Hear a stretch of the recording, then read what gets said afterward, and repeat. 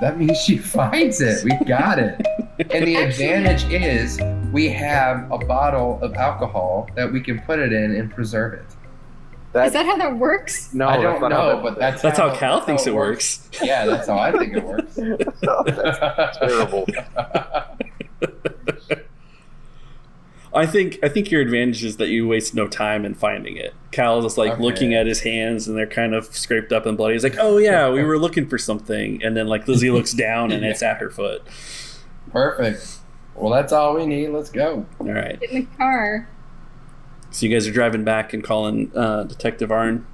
Yes. So I wrap the tentacle in like one of my silk handkerchiefs that I keep in my purse. Because that's the kind of classy lady that Lizzie 3 is. It goes in the glove box, right? No. Because no one wants to look at it. It goes in our handbag. That's like the worst copy ever. Like some poor sod like finds this when we return the rental car, like, oh my god, tentacle. Yeah, so we call Detective Arn. Yes. Arnie, yeah. What's the haps, Arnie? I don't think that's his first name, but yeah. He's Detective Arn. I don't know that we've ever named him first name. I think I've only ever talked about his last name. Do you wish to name? I think it should be Varn. I feel like we're definitely on a first name basis. Sure. I think his first name is Varn. It's not Varn Arn. It cannot be. I'm pretty sure. I'm not good with names, but that one rings a bell. I can remember a Detective Varn Arn. I'm pretty sure Cal avoids Arn because Arn is the police. Hey, no. Hey, he can charm anybody. I'm not saying that Arn doesn't like you. You just He only avoids the police when they start pulling out the computers. So, do we need to randomly generate a name, or do you guys have one? Let's not use Varn. So yeah, let's randomly generate a name. I'm still a fan of Varn. So we've got Harold, or we've got. Let's just go with Harold. I don't know how you say Xori. What is it? This nonsense. Zori. Okay. Oh, I like Harold. Arn does not like Zori. Harold seems like a detective who goes home to an empty house and eats a frozen meal. Like a lean cuisine, yeah. Oh, poor Harold's life. Yeah. Harold Arn. That's the type of guy. Either that, or he's one of those like kind of fat detectives who goes home and he has like 18 kids. You know, he's like a good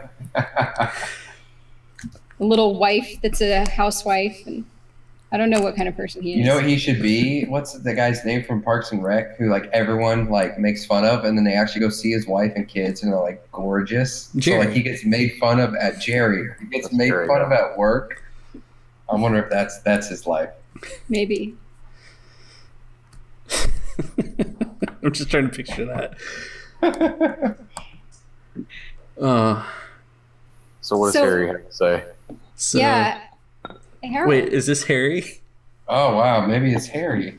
Oh, he could be Harry. Harry That's for short. a name, you know. Harry, yeah. Harry. Harold Arn. Oh no, Harry. he can't be Harry because it sounds like Harry Arm. Okay. Well, that's why it should be that. Which is why he goes by Arn. But Yeah, exactly. you know. All right.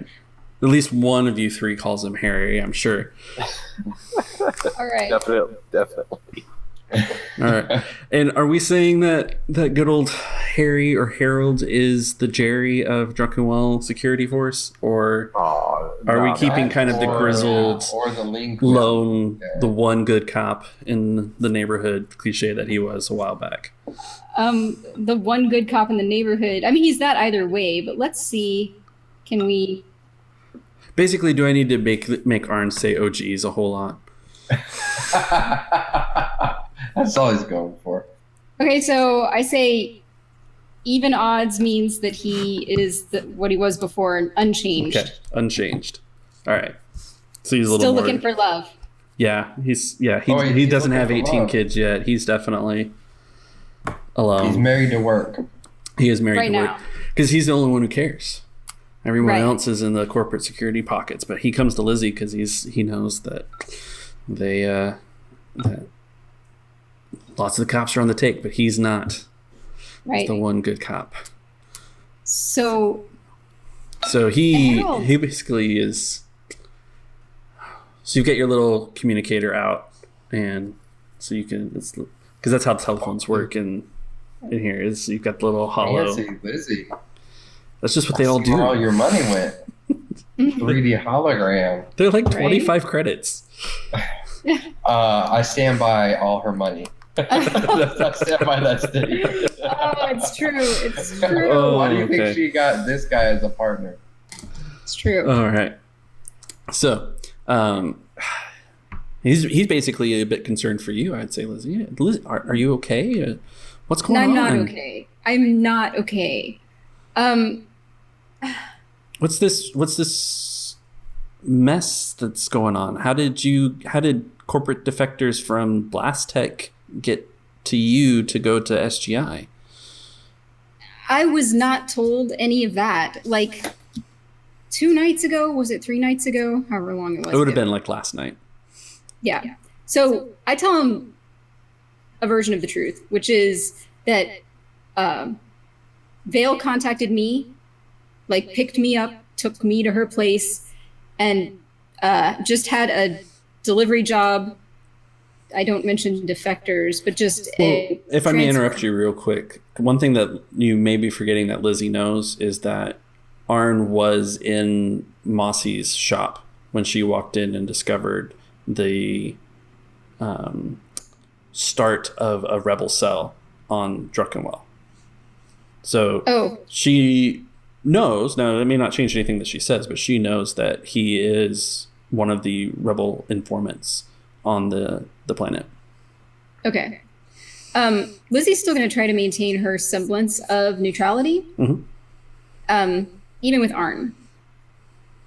So she's just going to say, look, she had this job. She hired me to do it. Didn't tell me any details, just deliver these people to SGI. You know, I didn't ask too many questions. I needed the money, you know, not part of my, I decided it wasn't my problem. So anyways, yeah, we went. We came here. No big deal. There was, you know, the trip went completely smoothly. We came to SGI to drop them off like normal, got waved through security, not a big deal. We get to the parking lot, and then all of a sudden, all hell breaks loose. And Imperial, what looks like an Imperial force that's not SGI security, came out of nowhere. There was a crazy man with a lightsaber. Like, it was crazy. They took the 3 hostages. They took the 3 passengers, and I guess they took them hostage. I managed to get a communicator off of them, which might be useful. And I'm happy to share that, but I don't know if I need to turn myself in or go to my house. What do you recommend? Well, that's a very different version of the series of events that has been already entered as the official report as what's going on. You're labeled as a person of interest, so you technically wouldn't be under arrest when you get here. But I'm kind of concerned because Vail has this being your fault. Yeah, she's set up a nice little frame for me, hasn't she? So she's framing you. Why would she do that? I think that there's a phase 2 of this plan, which is probably propaganda. That's an interesting thought, because SGI is definitely pushing to have a special session to... What I know is that as soon as my passengers disappeared, this communicator, which is tuned to an Imperial frequency, said, notify Vail, it's time to proceed with phase 2. Off the record, of course, but... So she might be in contact with the Imperials on this? I would say she's definitely in contact. That's unusual for her. She's normally neutral. Right. That's why I didn't ask too many questions when she gave me the job. But... Well, if I may impose on you, Lizzie, I would make a request that you take that communicator, if it's definitely tied into the Imperial traffic and not just Drunken Well security, I'd take that to Brack, if you would, for us. It would be a great help to be able to listen into some communications. I can't officially advise you not to come in, but at the same time, their stories are so different, and Vail's pretty hardcore. So it's. What if we brought proof? Proof that would be Vail's in great. contact? Okay, we know where she lives. Let's break into her house and get proof. I don't want to be a part of this conversation. No, I don't either, actually. Okay, how about if you do what you can on your end to try to keep the heat off me, and I'll see what I can come up with and what I can do. Absolutely. No one's actively looking for you right now, so I'll just keep you pushed at the bottom of that list. That'd be great. It seems SGI's main focus right now is getting this new legislation passed. And what is the new legislation? The special session they were asking for? They are asking for basically military force. The stormtroopers and such from the Empire coming down and running security. Which I feel like don't they already like. have that. Don't they already have that? Well, you and I know from our run-ins with Screw and some of SGI that there are stormtroopers on the planet, but we're talking about actual past legislation that would ostensibly take sides in this civil war that we're currently in. So that's something that we've been pushing against, but right. Essentially this would align Drunken Well's government with the Empire. Yeah, that's not good for business. Nope, it's not good for the citizens here either. Yeah. Okay, then I don't know that there's much I can do about that, but well, if you can get proof that Vail is in contact with the Imperials and that may have some motivation other than the safety of Drunken Well citizens to push this legislation, that would most likely, if not implicate SGI, would have them cut ties with her, if that's indeed where the Imperial connection's coming from. So, in an official capacity, I can't advocate anything, but for our cause, if you know a way in to destabilize what's going on, that would be a great help. I mean, that's what Brack's gonna ask you for when you bring him that communicator. If you will please bring him that communicator. I know you haven't officially joined a side, but we could really use your help. More importantly, for our cause, which is not going to jail. yes. Or being blamed for this, we could, Yeah, we could definitely. I mean, I feel like I'd like to have a chat with Brax anyway, so that's fine with me. I'll do what I can. I may need your help a little bit later when I'm in a better position. Perhaps someone could call Vail down for an interview. Well, Since she was a live witness on the news, she's apparently very knowledgeable. She knows exactly what's going on. You might have questions about my alleged crimes. She's already been debriefed by the chief. Of course she as has. you know, she's got those connections. She was in here moments after it happened. Which, of course, is a red flag for us, but no one around here seems to care to ask those questions. Right. Okay, well, it'd be easier for me if she was not at her house, but I will do what I can. I can see what we can do security drill-wise for the building. That'd be great. Let me check and see what I can get pushed through in the system, and I'll give you a call back. I'll go see Brax. Brack, I don't think there's an S. I think it's X, 2 X's, right? We were talking about it. We're like, is it Brax? I'm not sure. I have him down as Brack. Yes. Brax is Red Mastiffs. Yes. Brack is the bartender of the Dicey Cantina. I didn't realize their names were so similar. No, was it Bricks? There was Bricks and Brax. These were all the names that Dottie helped share with us. Welcome Thanks, to Star Wars. You're welcome. Okay, we'll go see Brack. And let me know about those drills. As she was saying herself, the city's just not safe. I think I can work something out. Thanks. And he hangs up. Are you guys heading straight to the Dicey Cantina then? It's essentially on your way. Yeah, we're definitely going to go there. All right, let's do some driving rolls. Actually, is my apartment on our way to the Dicey Cantina? No, you guys are way up on the north side, and you would drive through or over Central Isthmus to get to Utandu. But my apartment's in Utandu. Oh, so we have to go through. Okay, yeah. So it's on the other side. But you can go to your apartment first if you want. I just remembered that I have a tentacle in my purse and a medical droid in my basement, so... and a doctor in your car. I just shoot him a look, like a doctor in my car. Yeah, resume. Hey, take it up with my resume. So, Kuman, where do you drive the car to? Dicey Cantina. I'm not concerned about the tentacle, guys. He's going to need a stiff drink to let Cal operate on him, so... That charm roll is incoming. Just don't know when. Kuman has his mind firmly set on the legal form of breaking and entering, and then what kind of information he get from Vail that would prove they were innocent. What is the legal form of breaking and entering again? Would it be seeing someone break and enter and try to go get them and stop them? Would that be the legal form of breaking? I think it's called private investigation. Oh. And we have a license for it, ostensibly. Okay. I have a license for it. Yeah, we. Okay. All right, so let's make an average driving planetary with setback dice.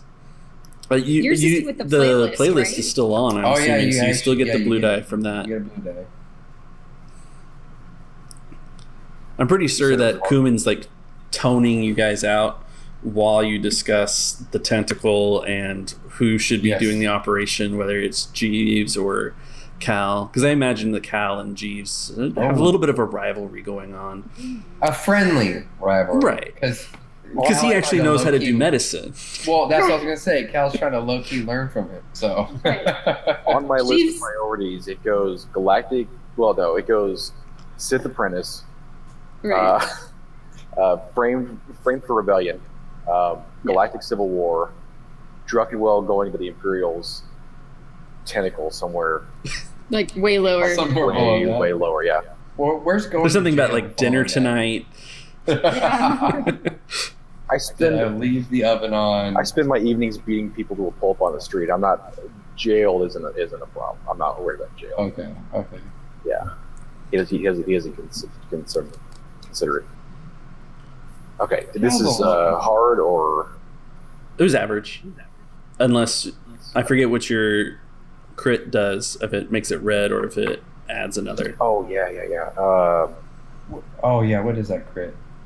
I think it will automatically do it on the roll sheet. Since you rolled it on there, it should just add. Oh, wait, yeah. Okay. It adds one difficulty die. It probably does.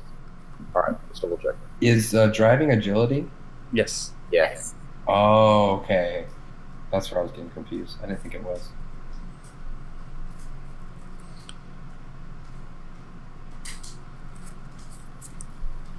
There's this great suspense going on here for my roller. The chat window won't automatically push all the way up, so I don't see the results. Oh, me too. Yeah. I don't see the results. Oh wait, I don't see the results. It's because this one's neutral. Oh, I was about to say, guys, it's because it's a wash. Because it's a wash. It's a perfect wash. It is. Okay. Well, actually, no, it's not. Because I have to roll one more purple dice because it did not automatically. Oh, it didn't apply it. Yeah. Right. I'm gonna be honest. That is the worst difficulty die you can roll. Oh. I guess maybe a double failure is worse. Ooh. So, from that, I think that as you guys pull up to the Dicey Cantina, Kuman,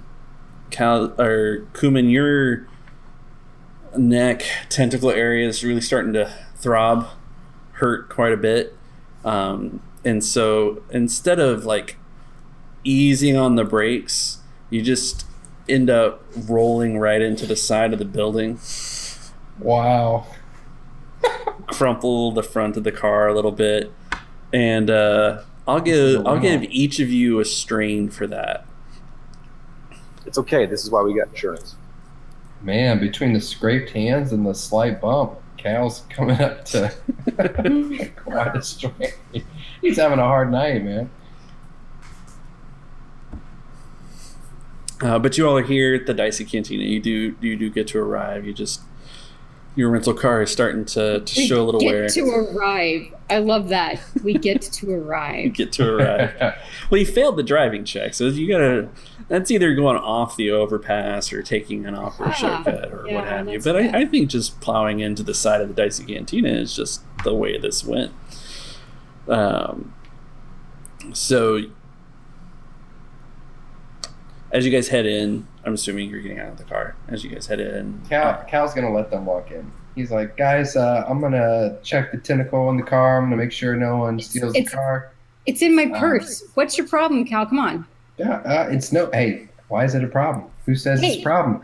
I'm just being safe. I mean, I come here a lot. Start conversations with people that I may not want to talk to tonight. Just go ahead. Go ahead. You're good. You can inform me what you talk about. And are you not coming in at all? No, you have to come in. Why do I have to come in? Because we don't split up. Trust me. Long experience in this career has taught me that's a bad idea. There's a guy with a maniac with a red lightsaber on the loose who wants us dead. Come on. In. All right. You can't blame me if this conversation goes unforeseen for you. Okay. So I guess I walk in. Do you run like a bad clinic down here or something? Jeez, man. As you guys walk into the Dicey Cantina. You might be surprised. I'm not as bad a doctor as you might think, and maybe you're going to learn something if you walk in here. So as why you would walk you in, not want me to? Well, Brax it's complicated. Doing the typical bartender rub down of the countertop, and he looks over to you and he sees you, Lizzie, and he sees Kuman, and he kind of gives you the cold nod. It's friendly, particularly for Brack, but then Cal walks in behind you and he goes, Cal!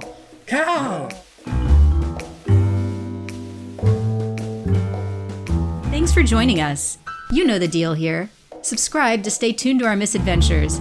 If you enjoyed us, give us a like and hit that bell icon. And of course, keep us honest on the rules and let us know your thoughts in the comments below. See you next time on the Dicey Cantina.